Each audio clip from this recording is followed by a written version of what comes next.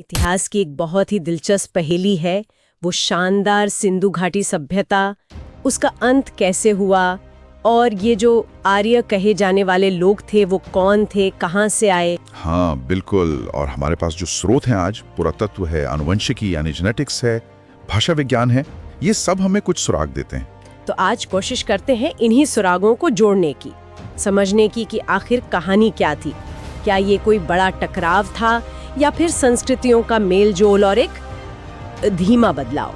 बिल्कुल यही सवाल है, क्या सिंधु सभ्यता एकदम से खत्म हो गई या उसकी विरासत, उसकी लेगेसी किसी न किसी रूप में चलती रही। और जो सबूत अब सामने आ रहे हैं वो इशारा तो इसी तरफ करते हैं कि ये टकराव से ज्यादा एक तरह का मेलजोल और क्रमिक परिवर्तन था। क्यों ना शुरुआत पुराने आइडियाज से करें। एक थ्योरी थी आर्य आक्रमण की। हाँ, वो आर्यन इन्वेजन थ्योरी, AIT। ये विचार कि बाहर से घुड़सवार आर्य आए और उन्होंने हमला करके हड़प्पा सभ्यता को नष्ट कर दिया। इसका क्या स्टेटस है अब? देखिए, अब ज्यादातर एक्सपर्ट्स इसे नहीं मानते। वो मोहनजोदड़ो वाले कंकाल याद हैं? हाँ। पहले उन्हें युद्ध का सबूत माना जाता था, पर अब लगता है कि वो शायद किसी बीमारी से मरे हों या फिर बस जल्दबाजी में दफना दिया गया हों।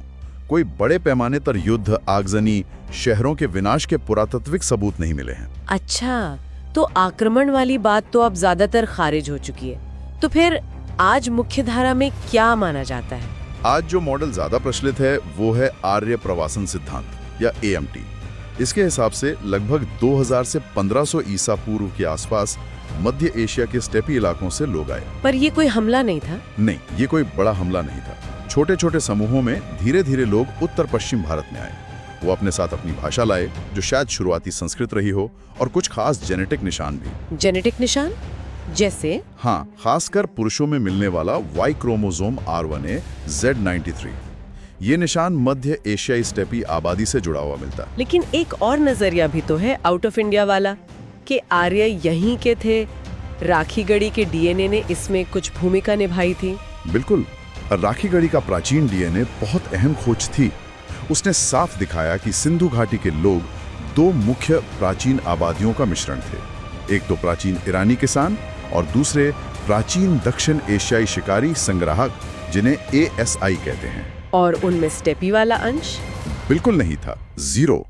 इससे ये साफ हो गया कि उस समय सिंधु सभ्यता के मूल निवासियों में मध्य एशियाई स्टेपी का जेनेटिक इनपुट नहीं था। तो फिर ये स्टेपी वाला अंश कब और कैसे आया? जेनेटिक्स इस बारे में और क्या बताता है? यहीं पर कहानी और दिलचस्प हो जाती है। राखीगढ़ी के बाद के समय के जेनेटिक सैंपल दिखाते हैं कि लगभग 2000 ईसा पूर्व के बाद उत्तर पश्चिम से स्टेपी से जुड़े जीन भारत में आने शुरू हुए। अच्छा, वही R1A Z93 वाला। हाँ, वही निशान। और ये अक्सर सिंताश्ता संस्कृति से जोड़ा जाता है। ये मध्य एशिया की वो संस्कृति है जहां से घोड़ों और रथों के काफी पुराने सबूत मिलते हैं, करीब 2000 ईसा पूर्व के आसपास। ये तो कमाल का कनेक्शन है। लेकिन आज के दक्षिण एशियाई लोगों में इन अलग अलग जीनों का अनुपात क्या है? क्या स्टेपी वाला अंश ज्यादा है या सिंधु घाटी वाला? ये जानना बहुत जरूरी है। आज भी दक्षिण एशिया की ज्यादातर आबादी में सबसे बड़ा जेनेटिक हिस्सा, लगभग 50 से 60%, उन्हीं प्राचीन सिंधु घाटी के लोगों का है। सच में? इतना ज्यादा? हाँ, और स्टेपी वाला अंश काफी कम है, करीब 10 से 20%। तो सोचिए, भाषा भले ही बाहर से आई हो, पर लोगों की जो जेनेटिक बुनियाद है वो काफी हद तक यहीं की सिंधु घाटी वाली ही रही। विरासत बहुत मजबूती से बनी रही। वाह, तो जेनेटिक्स तो एक तरह के मिश्रण और निरंतरता दोनों की कहानी कह रहा है। पुरातत्व में क्या दिखता है? क्या जमीन पे भी कुछ ऐसे ही संकेत मिलते हैं? बिल्कुल मिल हैं। हड़प्पा सभ्यता के शहरों के पतन के बाद भी, जिसे हम उत्तर हड़प्पा काल कहते हैं, कई जगहों पर, जैसे सेमेट्री H है, झूकर संस्कृति है, शहर भले ही छोटे हो गए पर हड़प्पा की कुछ चीजें चलती रहीं। जैसे कि? जैसे ईंटों का वो खास अनुपात, या कुछ तरह की मोहरें, मिट्टी के बर्तन बनाने के तरीके। मतलब सब कुछ एकदम से खत्म नहीं हुआ, निरंतरता थी। और वो एक खास तरह के बर्तन मिलते हैं बाद में, चित्रित धूसर मृद भांड, PGW। उन्हें तो बाद के वैदिक काल से जोड़ते हैं ना? सही कहा, PGW यानी पेंटेड ग्रेवेयर। ये संस्कृति बाद के समय की है, करीब 1200 से 600 ईसा पूर्व, जब लोहा आ गया का, घोड़े आम हो गए थे, कुरु पांचाल जैसे राज्य बन रहे थे। तो इसका हड़प्पा से क्या कनेक्शन? कनेक्शन ये है कि भगवानपुरा जैसी कुछ साइट्स पर हमें पीजीडब्ल्यू के स्तरों के ठीक नीचे उत्तर हड़प्पा के स्तर मिलते हैं, एक के बाद एक। ये सीधा जुड़ाव दिखाता है, निरंतरता का संकेत है। अच्छा, और सनौली में जो कब्रें मिली थी रथों के साथ, वो भी करीब इसी दौर की हैं, उत्तर हड़प्पा काल की। उनमें मिले तांबे के हथियार, रथों के अवशेष, ये सब गंगा यमुना के दोआब में संस्कृतियों के मिलने जुलने का संकेत देते हैं। और सबसे बड़ी बात, बड़े पैमाने पर हथियार, जले हुए शहर या टूटी किलेबंदी का ना मिलना, ये सब शांतिपूर्ण मेलजोल की तरफ ही इशारा करता है। कमाल है। तो पुरातत्व भी टकराव से ज्यादा संगम की कहानी बता रहा है। भाषा और संस्कृति के स्तर पर क्या सबूत है? ऋग्वेद का जिक्र आता है बार बार। हाँ, ऋग्वेद की अंदरूनी भौगोलिक जानकारी बहुत महत्वपूर्ण है। उसमें जिन नदियों का जिक्र है वो पश्चिम की नदियों जैसे काबुल से शुरू होकर धीरे धीरे पूरब गंगा तक की तरफ बढ़ती हैं। तो इससे क्या पता चलता है? इससे लगता है कि ऋग्वेद रचने वाले लोग धीरे धीरे पश्चिम से पूरब की ओर बस रहे थे, और ये पैटर्न पुरातत्व में दिखने वाले उत्तर हड़प्पा काल के बसावट के पैटर्न से मेल खाता है। और ऋग्वेद में घोड़ों और रथों का इतना जिक्र, ये भी अहम है। घोड़ों और रथों पर इतना जोर देना स्टेपी संस्कृति की खासियत थी, और ये भाषाई रूप से उसी सिंताश्ता संस्कृति से जुड़ता है जहां हमें लगभग 2000 ईसा पूर्व के रथ मिले हैं। ये टाइमिंग ही मैच करती है। और क्या कोई बाहरी संपर्क के भी निशान है? हाँ, मध्य एशिया के बैक्टीरिया मार्जियाना कॉम्प्लेक्स BMAC के साथ सांस्कृतिक लेन देन के संकेत मिलते हैं, जैसे सोम जैसे कुछ शब्द या धार्मिक विचार जो शायद वहां से आए हों।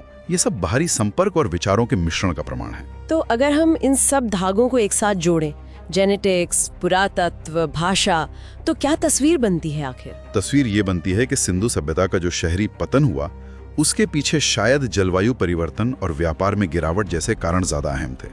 ये एक अंदरूनी प्रक्रिया थी। और इसी दौरान और इसी उथल पुथल और बदलाव के दौर में बाहर से मध्य एशिया से स्टेपी समूह धीरे धीरे आए, छोटे छोटे समूह में। और यहाँ की जो स्थानीय आबादी थी, जो काफी हद तक सिंधु घाटी की ही वंशज थी, उसके साथ घुल मिल गए। तो न तो ये पूरी तरह से बाहरी आक्रमण था और न ही ये पूरी तरह से यहीं का स्वदेशी विकास था। बिल्कुल, ये एक जटिल प्रक्रिया थी। इसे हम संलयन, कंटिन्यूटी कह सकते हैं। एक मजबूत हड़प्पाई बुनियाद थी जिस पर बाहर से आई नई भाषा, इंडो आर्यन, शायद कुछ नई तकनीकें जैसे घोड़े और रथ का बेहतर इस्तेमाल और नए विचार आके जुड़े। और इसी संगम से आगे चलकर वैदिक संस्कृति और फिर महाजनपद काल की नींव पड़ी। हाँ बिल्कुल, ये एक तरह का रूपांतरण था। हड़प्पा की विरासत खत्म नहीं हुई, वो बदल गई, उसमें नए तत्व जुड़ गए। ये टकराव से कहीं ज्यादा मेलजोल, मिश्रण और रूपांतरण की एक लंबी कहानी है। तो मुख्य संदेश यही हुआ कि सिंधु घाटी सभ्यता का अंत और आर्यों का आगमन ये कोई एक घटना नहीं, बल्कि सदियों तक चलने वाला एक जटिल सांस्कृतिक आदान प्रदान, मिश्रण और बदलाव था। एक फ्यूजन था। एकदम सही। और शायद अंत में सोचने वाली बात यह है कि अगर हम इस कहानी को एक सिंपल आक्रमण बनाम स्वदेशी के नैरेटिव से हटकर इस जटिल सांस्कृतिक मिश्रण, इस फ्यूजन के रूप में देखें, तो ये बात के भारतीय समाज और उसकी जो इतनी विविध विरासत है, उसकी जड़ों के बारे में हमारी समझ को कैसे बदलता है, ये वाकई विचार करने लायक बात है।